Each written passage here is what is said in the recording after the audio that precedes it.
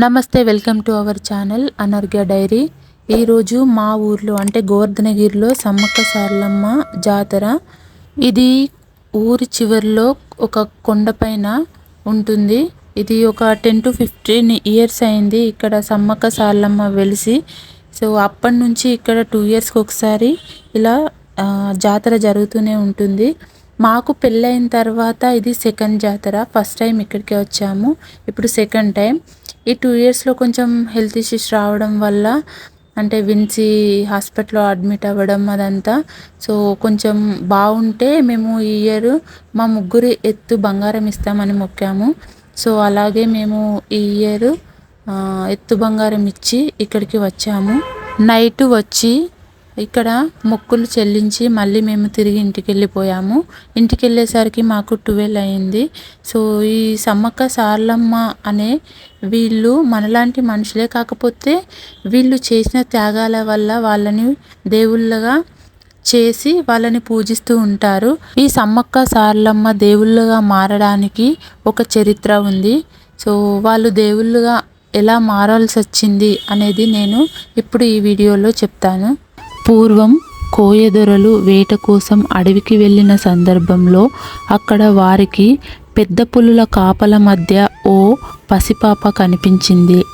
ఆ పాపను కోయదొరలు గుడారానికి తీసుకెళ్లి దాచారు. పాప వచ్చినప్పటి నుంచి అక్కడ అన్ని శుభాలే జరగడంతో కొండదేవతే ఆ రూపంలో ఉందని నమ్మారు. మాఘశుద్ధ పౌర్ణమి రోజు ఆ పాపకి సమ్మక్క అని నామకరణం చేశారు. సమ్మక్కను ఆ ప్రాంతపు కోయ చక్రవర్తి మేడరాజు పెంచి పెద్ద చేశాడు. క్రీస్తు శకం 1260 నుంచి 1320 కాలంలో అంటే కాకతీయుల ఏలుబడిలో ఇప్పటి జగిత్యాల జిల్లా ప్రాంతంలోని పులావాసను గిరిజన దొర మేడరాజు పాలిస్తూ ఉండేవాడు. మేడరాజు తన మేనల్లుడు మేడారం పాలకుడైన పగిడిద్దరాజుకు సమ్మక్కని ఇచ్చి వివాహం చేశాడు. సమ్మక్క పగిడిద్దరాజు దంపతులకు సారలమ్మ, నాగులమ్మ, జంపన్న ముగ్గురు సంతానం కలిగారు. మేడారాన్ని పాలిస్తున్న పగిడిద్దరాజు కాకతీయుల సామంతుడు. ఆ రోజుల్లో కరువు కాటకాల కారణంగా కొన్నేళ్ల పాటు ప్రజలు శిస్తు కట్టలేదు. కాకతీయుల సామంతునిగా ఉంటూ శిస్తు కట్టకపోవడం, తన మామ మేడరాజుకు ఆశ్రయం కల్పించడం, కోయ గిరిజనుల్లో విప్లవ భావాలు నూరిపోసి రాజ్యాధికారాన్ని ధిక్కరిస్తున్నాడనే ఆరోపణలతో కాకతీయ సామ్రాజ్యాధినేత ప్రతాపరుద్రుడు పగిడిద్దరాజుపై సమరశంఖం పూరించాడు. ఇది గమనించిన గిరిజనులు ప్రభుత్వంపై తిరగబడేందుకు సిద్ధమయ్యారు. మాఘశుద్ధ పౌర్ణమి రోజున మేడారంపైకి కాకతీయ సేనలు దండెత్తాయి. ఈ క్రమంలో ములుగు జిల్లా లక్నవరం సరస్సు వద్ద గిరిజనులకు కాకతీయ సేనలకు మధ్య యుద్ధం జరిగింది. ఈ క్రమంలో సంప్రదాయ ఆయుధాలతో పగిడిద్దరాజు, సారలమ్మ, నాగులమ్మ, జంపన్న, గోవిందరాజులు ఎవరు అంటే సమ్మక్క పగిడిద్దరాజు అల్లుడు విరోచితంగా పోరాటం చేశారు. కానీ కాకతీయ సేనల దాటికి తట్టుకోలేక మేడరాజు, పగిడిద్దరాజు, సారలమ్మ, నాగులమ్మ, గోవిందరాజులు యుద్ధంలో మరణించారు.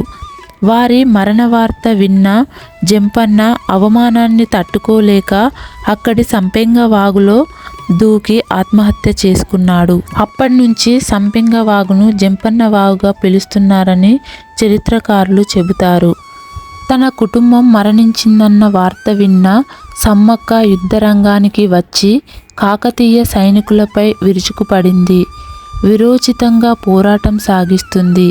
ఆమె వీరత్వం చూసి ప్రతాపరుద్రుడు ఆశ్చర్యపోతాడు. కానీ ఓ కాకతీయ సైనికుడు దొంగచాటుగా సమ్మక్కను బల్లెంతో వెన్నుపోటు పొడుస్తాడు. ఆ గాయంతోనే మేడారం గ్రామానికి ఈశాన్యంలో ఉన్న చిలుకల గుట్టకు వెళ్ళి ఆమె అదృశ్యమైపోయిందని చెబుతారు.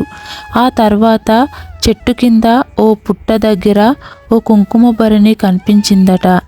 ఆ తర్వాత తప్పు తెలుసుకున్న ప్రతాపరుద్రుడు సమ్మక్క భక్తుడిగా మారిపోతాడు.